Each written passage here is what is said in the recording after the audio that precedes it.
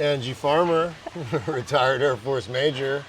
We're here at your house in Buckley, Washington. This is your first time on the Unwind machine. It's good to be here. It's an honor. It's an honor. So let's hear about your experience.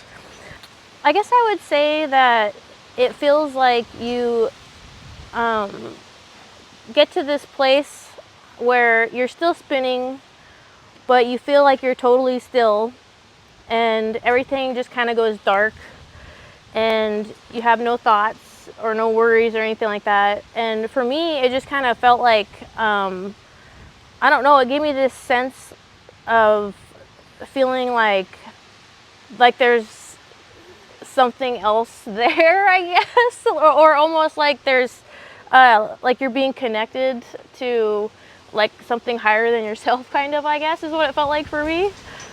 What would you say to women in particular that have a hard time feeling safe, maybe women that have been through abuse or trauma, and they are afraid to allow themselves to feel vulnerable?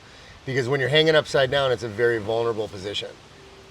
Yeah, I would say that was definitely me for sure. So yes, I will say something about that. It's kind of at first hard to let go and allow yourself to just be free. But once you do, you literally just feel safe, and it's like a really like therapeutic and healing thing to feel. Have you ever got to that place before? No, there's really nothing. There's nothing that I've ever experienced in my life that I could really compare to that. So no meditation or practices that would create a sense of stillness for you? No, I meditate every day, and I'm very, very deep into meditation. I love it. I'm very, very good at it. I can fall into a deep meditation state in about 1 minute, 1 to 2 minutes, but it's a totally different feeling. It's, it's whole body. I would say, I guess like the feeling that I got was, it made me feel like talking about spirit, like we have our spirit and we have our bodies. It made me feel that separation, and like it made me feel myself as a spirit as opposed to my body spinning around. And do you not get to that place when you meditate? Where do you go when you meditate? Okay, well, I see like a lot of colors and stuff when I'm meditating, and it's, I don't know, it's very soothing and relaxing, and it gives me like the same feeling, similar feeling, like I feel like, I'm being connected to something greater than myself, but it's not the same. It's different. Were you like this when you spent the 20 plus years in the Air Force, working your way up to the rank of major?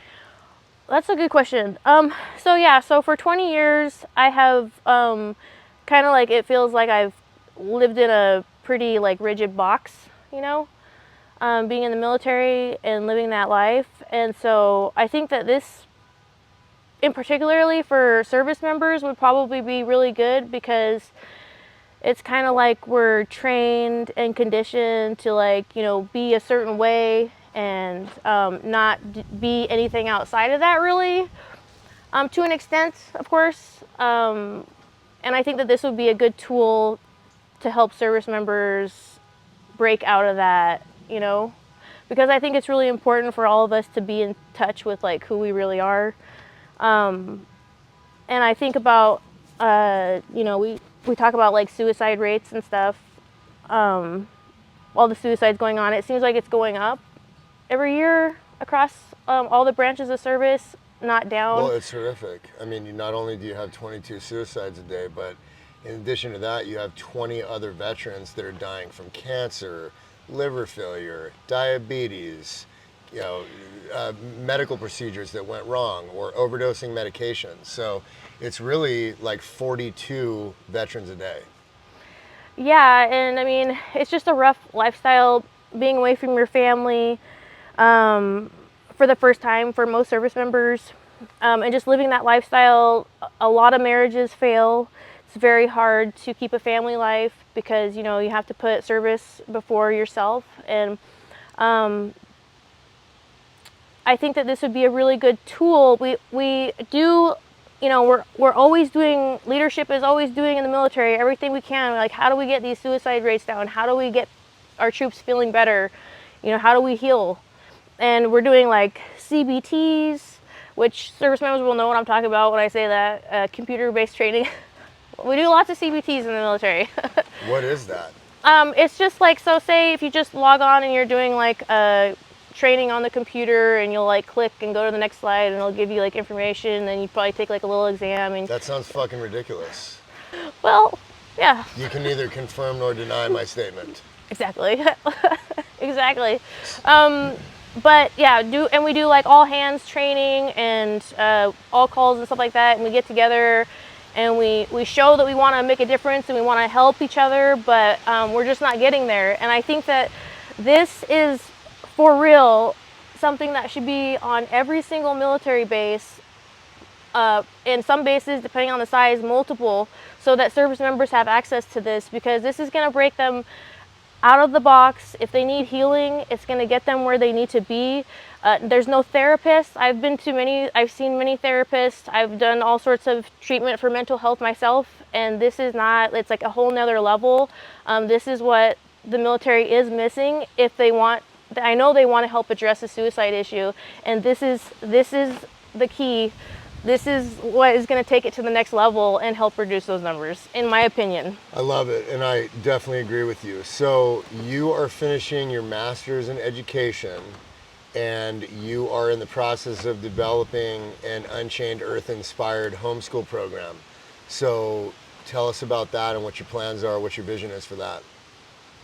Well, really, the main underlying driving idea behind this is reminding children from day one that they are a direct extension of the source of creation, without any, like, you know, we talked about boxes, without being put in a box or anything like that. We are all, you know, an extension of source, and you know, that's so very important, and it's not being taught, you know, through religion. What, of course, what was the catalyst for you in your life? Just edit that out. We're gonna edit this whole thing out. We're editing all of No, this that out. was great. I'm not editing that part out. What was the catalyst for you in your life that got you to start speaking like this and feeling like this and living in a way where you would believe that children and us are a direct extension of source?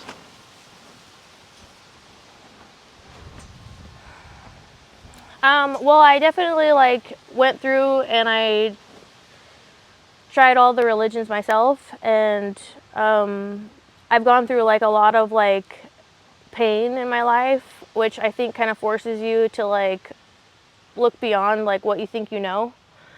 And I really just, I think that when I was in the service for 20 years, and I mean, this is kind of like a sad story, but when I was told to watch like the building, World Trade Center 7, the building 7 fall, I had never even thought about that, you know, because that's actually like basically why I joined the military. Like I joined September 25th, so just like same month shortly after that. And I went back and I watched that, and then I was like it just kind of opened my eyes, you know. And it changed my life from that point on. Like it changed my trajectory, and I started to reevaluate like everything that I thought was this reality that we're living in. And it turns out that we're being told a lot of things, and we're being programmed, and we're being led down the wrong road, and we're also being led to believe that we are not what we really are, and that we're less than what we really are. And so I think it's important that children understand that we are amazing, you know? Now, when you say that you were told to watch the building fall, what do you mean by that? Who told you, and how did you watch it? Are you saying that you were in the Air Force in 2001 watching No, it? I hadn't joined. I actually joined the Navy first, and I hadn't joined. I joined like that happened on 9/11, and then I joined on September 25th. But just within the last couple of years, Aaron was like, have you ever watched World Trade Center 7 building fall? And I was like, you know, military, almost 20 years. I was like, no, what are you talking about? And he's like, yeah, you should watch it. And I did, and it broke my heart, man. It broke my heart. So, pretty disappointing. Yeah. Well, listen, I'm proud of you. I think you're amazing. We need people like you. And you're doing the right thing. You're in the right place. And so, to change the channel real quick, Okay. what is going to be your and Aaron's plan for your machine? So as soon as I saw this, I saw it as an opportunity to help others and to help save people. And that's what I intend on doing. I'm going to help save people. Beautiful. You're amazing. You're amazing. I'm so proud of you. This is great. Good job. Thank you.